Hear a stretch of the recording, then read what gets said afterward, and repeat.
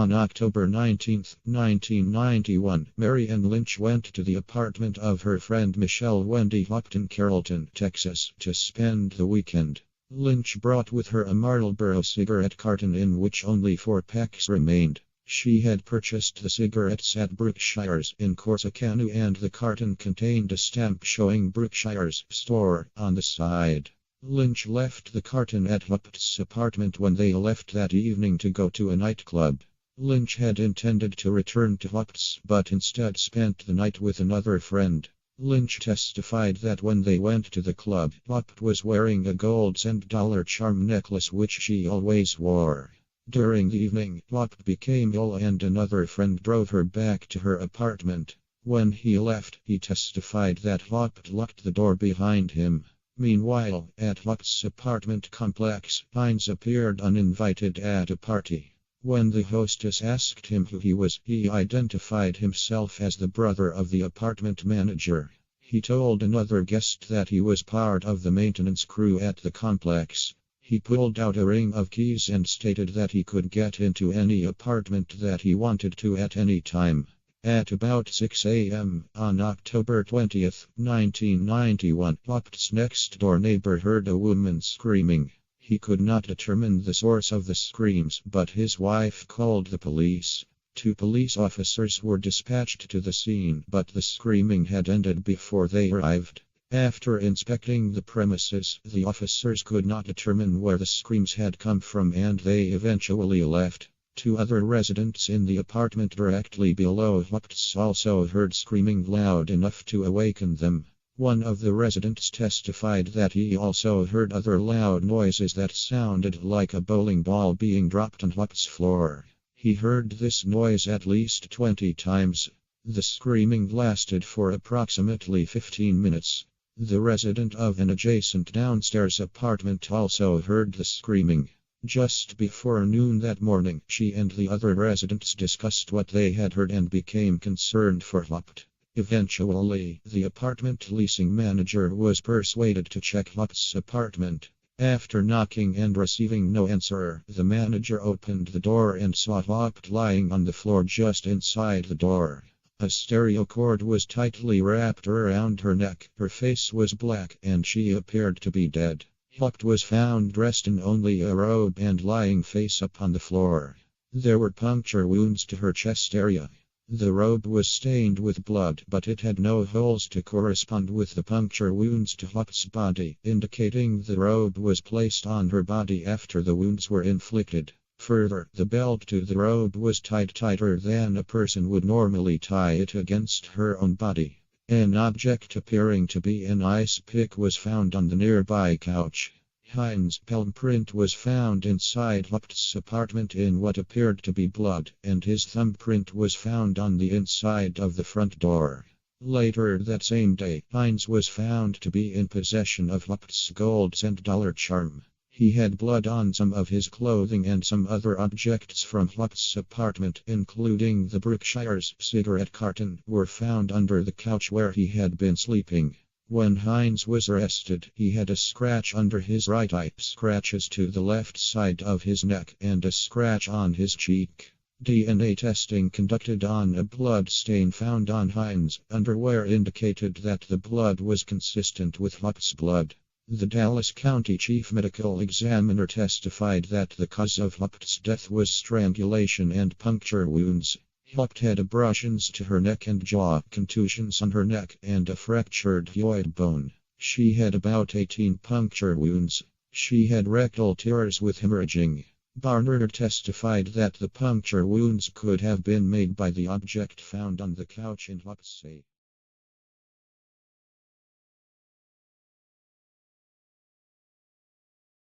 I always thought that was so odd and so chilling that you wouldn't even report your sister missing for so many years. Wow. We have another caller from Northeast Texas on the line here. Hello Northeast Texas. Hello.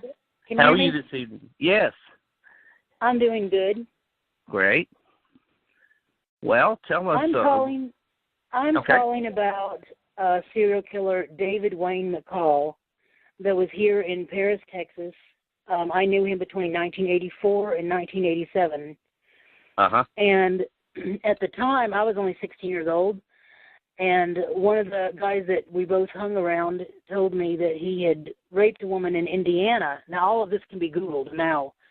But at that time, the only thing he had done that anybody knew about was rape. Quite a few years later, I would find out that they got him on 6 hits. He'd killed 6 women, possibly more, because he had a job where he traveled. But it was 6 hits in and around Dallas. Oh, wow. Yeah. I smoked pot with this guy. I slept in the same room one time with this guy. And even though I was afraid of him and didn't know why, and, some people, some of the guys would rib me about that because, we were teenagers, so they did. There was no reason that anybody knew of to fear him. So I think it's very interesting that at 16 I picked up on something, even though I didn't know what. But I think that's very interesting that I knew someone who was going to become a serial killer. Yeah. And he started out with That's scary. And it was David Wade McCall, and you can Google information about him. Yes. It's horrifying to look back and realize that you were that close to someone like that. Yes. Well, what about Ann Rule? She actually worked with what's his face? Oh, Ted Bundy. You're correct. Ann Rule worked right next to Ted Bundy. Yeah. I think they were in some kind of a crisis call center or something. Yeah, they were. Suicide crisis call. She later went on to write the book, The Stranger Beside Me, about Ted Bundy. Yeah, excellent book. Excellent Absolutely. book. Henry, tell us. Go ahead. Tell us a little about. Yes, go ahead. Ann Rule's one of the great crime writers. Yes, she is. She's written a number of nonfiction true crime books. Deb Gallant, you've had some experience in the criminal justice system. Tell us a little about that.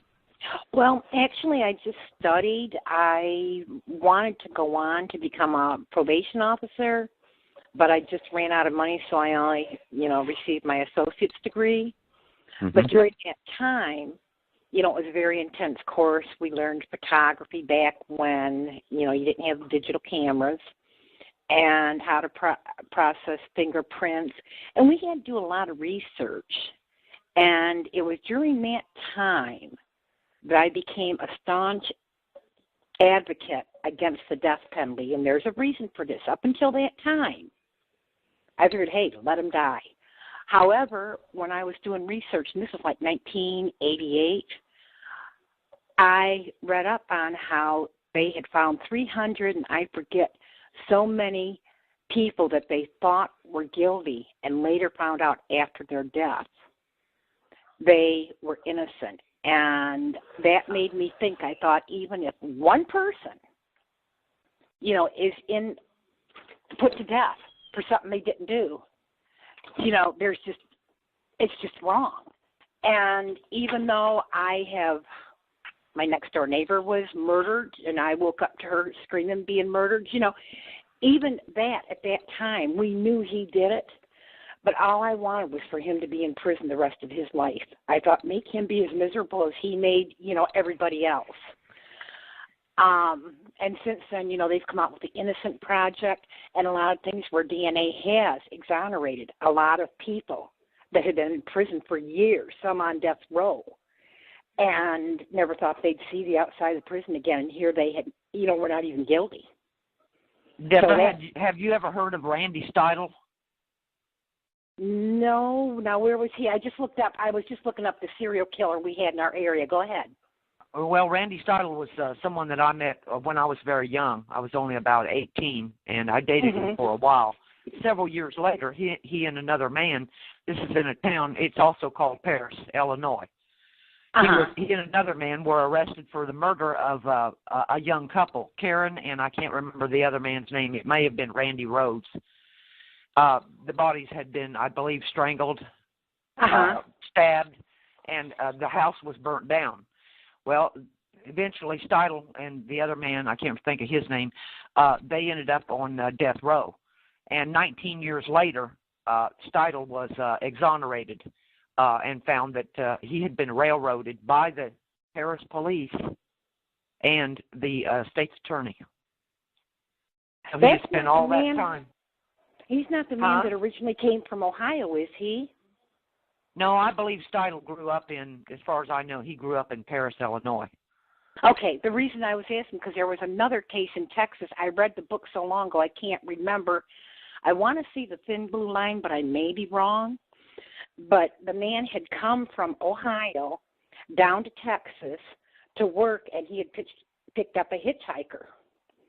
And he let the hitchhiker stay overnight with him, and I don't know, took him somewhere, and they found 2 bodies. The hitchhiker blamed it on him, and they let the hitchhiker off, stating that, well, you know, he's state witness and all this.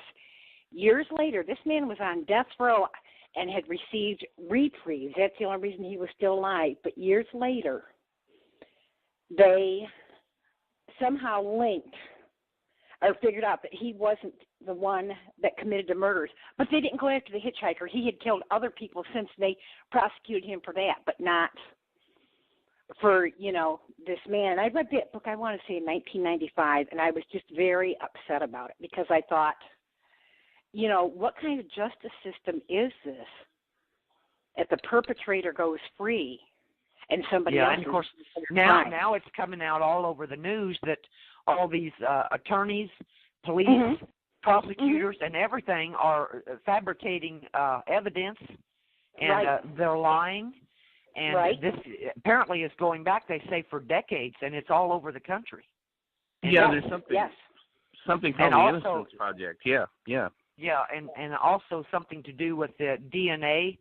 Some of the labs had mishandled DNA for decades. And, you know, that's just really, really scary when you stop and think about it. Oh, yeah, because they would pick up stuff. Evidence, and put it all together, so you're getting DNA on items that otherwise wouldn't have had it, you know, and it just messes the whole case up. Yeah. And that's basically what happened to Steidle. Yeah, like I said, I'd read that other one. I just looked up that murderer I was telling you about earlier. Okay, it says on here in a Lucas County Common Police Court on October 2nd, and this was, just a minute, let me see the year exactly. Oh, it says 2015, but it was in 2006. I didn't think it was that long ago. Okay, anyways, it says, in a tense Lucas County Common Police Court on October 2nd, Toledo long-haul trucker Delmas Colvin admitted to strangling and suffocating 5 prostitutes and dumping their bodies in remote areas in and around the city. Yeah. And at that time, they had links to him murdering a 7th prostitute. So, you know, on it goes. Absolutely. You know, there have been a number of people on the death row in a number of states that have been exonerated by DNA evidence at some point. Right. And that Barry Bonds case, that was in Montana. Are you familiar with that? The one where these people all said that he had been in trouble when he was younger, and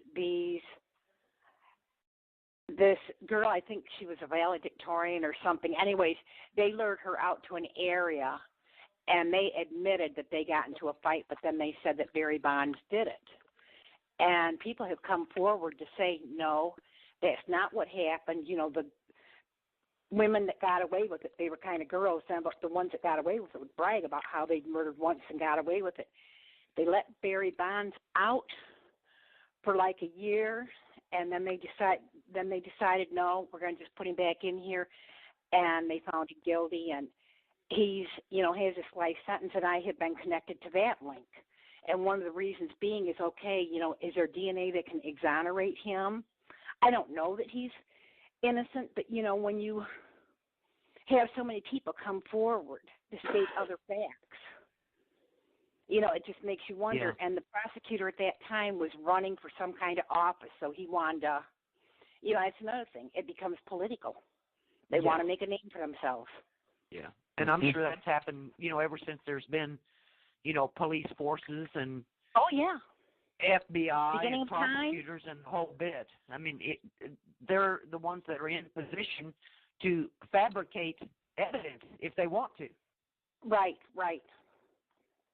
I'm really surprised that Scotland Yard didn't hang the Jack the Ripper murders on some poor soul.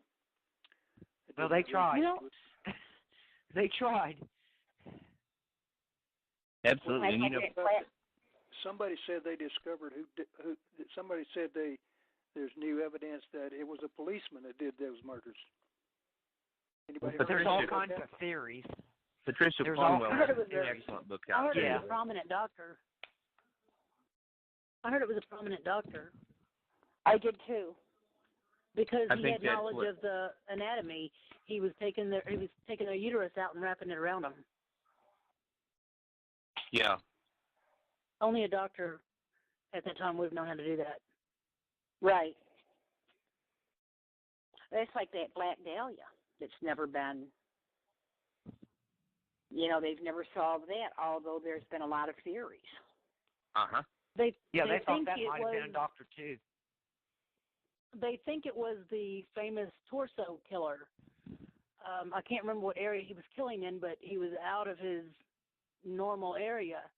But the crime was basically the same, and they called him the torso killer. They never found him. And because what happened to the Black Dahlia was so close to what happened to the other victims, they think that that's who it was. It's a good possibility, yeah. Another long unsolved one, the Zodiac killer out in California, too, who claimed a number of victims. Yeah. Yes. Yeah, they've got more than one that they call the Zodiac killer. Say what you want about the Zodiac killer. He did have a sense of humor. Oh, those strange letters that he would send to the newspapers? Right. What about that BTK killer? Uh-huh. Yeah, BTK. Yeah. Right. Went undetected for 20 years, didn't he, or longer? Mm-hmm. It makes you wonder, how many serial killers are actually roaming the country at any given time.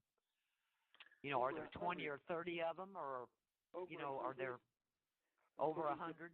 According to John, the guy that instituted the FBI Profiler program. Uh-huh. Yeah, I know who you're talking about. I can't think of his last name. Back in the 80s, he said that at that time there were over 100 serial killers. He estimated that there were over 100 serial killers operating in America. Man. See, they get smarter. They get smarter at hiding the bodies and planning false trails and all that as the years pass.